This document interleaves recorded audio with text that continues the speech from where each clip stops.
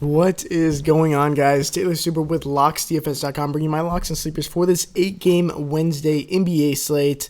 Another 6 to 9 game slate, my favorite amount of games on a slate. Keep saying this like every day because it's like 4 or 5 straight days of this. Another great day yesterday.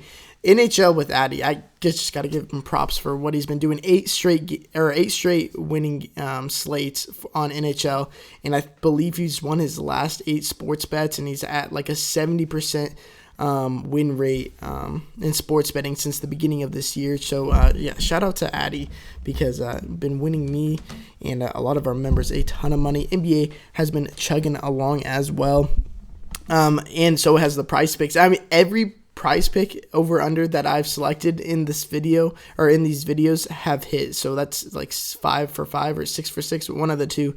Yesterday I talked about how I wanted John Collins under, I believe it was 43, the line, or 42, I think, and then the line ended up moving down just because you guys started pounding it. But it still hit under, as I expected. He only got 35 fantasy points. Anyways, let's just get into the slate because I'm very, very excited about it. Oh, also, if you want to enter that giveaway, all you have to do is subscribe, comment below with your favorite play of the day, and make sure to like this video. And we will select another winner every Sunday. Anyways, let's just get right into it. So only 8 games on this slate, so it's really easy to dive into each and every game for me without getting overwhelmed with how many games there are on the slate. But I really am gravitated towards this Rockets and Nets game. Both teams aren't the fastest in the league, but both teams aren't very good at defense. They're middling at best. And there's a bunch of injuries on both sides. Obviously, with the Rockets, Chris Paul, Clint Capella are still out. Eric Gordon is questionable. There is some optimism that he could play this game, but it really doesn't change all that much for James Harden, just because Eric Gordon, as good of a player I think he is personally, he hasn't played very well at all this year, so he's at this point in time, he's essentially just a little bit better than Austin Rivers, so it doesn't take that much away from James Harden. In terms of usage, assist percentage, rebounding, of course, goes up a bit with Clint Capella off the court. They just have like random guys. Nene, he's not that random, but he's definitely dusted, or he's definitely dust. And then Marquise Chris, and it's just not the best group of guys down low. So I'm probably going to go back to the well with James Harden. I know he's 13K, but any slate that he's not 100% and I'm playing him in this scenario, it's a win for me because he should be 100% owned. And so if he's only 60, 70%, and I would imagine today, especially with this this Pelicans and Warriors game on the slate, I would imagine that his ownership might dip down to like 50, 60% rather than the 70, 80% where it's been as of late, or like 90% last time, just because there was so much value available. Still searching for that value, but one of the plays I love in this game, and I want to bring it back, I want to play James Harden, I want to bring it back with someone, and that is D'Angelo Russell. Alan Crabb and Karis LeVert are obviously out. They've been out for a while. Shabazz Napier missed last game, and it was pretty big for D'Angelo Russell, just in the sense that his minutes were very, very secure. Played 37 minutes.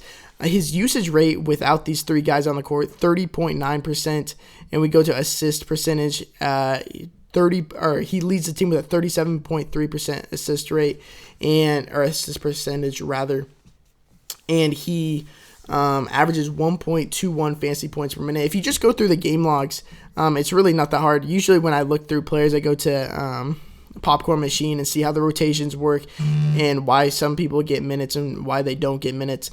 But in the games that stay competitive, stay where there's no blowout or anything, he's playing in the mid-30s in minutes, and with an assist percentage and usage rating that high, it's hard for me not to play him at these prices. He was 6.5K last time, so it was really easy for me and my members to play him. And I was talking about him pretty extensively when we did play him, but he's only 7.3K, still entirely too cheap. Should be in the 8Ks, should be in that Luka Doncic range, around 8.2, 8.4. And then over here on FanDuel, he is 7.9K, just way too cheap. Doesn't make any sense to me. So that's one of my must plays of this day.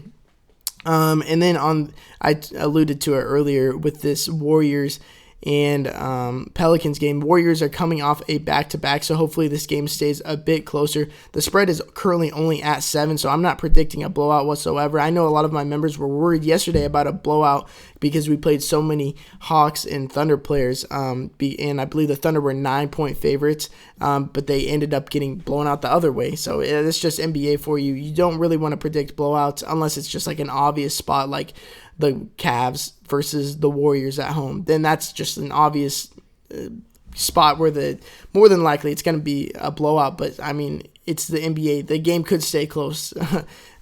So yeah, that's why I usually don't try to predict blowouts. But in this game over here on DraftKings, I think there's both sides really that are just entirely too cheap.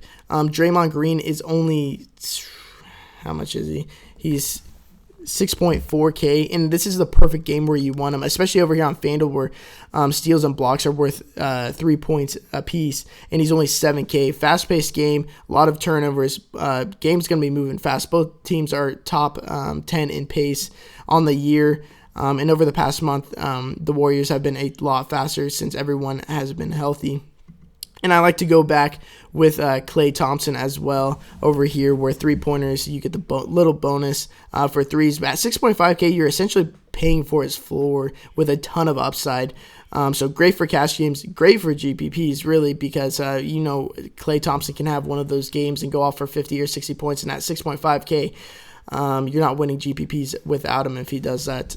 So, yeah, back to PrizePicks. My pick of the day, and I talked about him earlier, and that's D'Angelo Russell over 36.5. It is pretty low for him right now, and I would take it now because I think there is value in this at 36.5. And if Napier is officially ruled out, then I think you can take him up to like 40 points and feel very comfortable with that. So if you use code LOCKS, LOCKS, link is going to be in the description. When depositing here, you will get a 100% instant match bonus. No drip, just instantly in your account. You can instantly play with that money, and you will get a free 2-pick entry to win $50. And if you let us know, DM me on Twitter at Taylor Stuber or DM our company at Locks DFS, just letting us know that you used code LOCKS when depositing. Maybe take a screenshot of it and then attach it with your email, and we will go ahead and give you access. And Addie and I will give you our free plays of the day for PrizePicks every day, because I think yesterday I went 2-1 and Addie went 2-0. So if you took multiple shots at that, I mean, you could win a ton of money. Right here, somebody won $1,000 last night off a $100 bet using some of our picks. And it's been a great time over here on PrizePicks. And so best of luck tonight, and until next time, peace.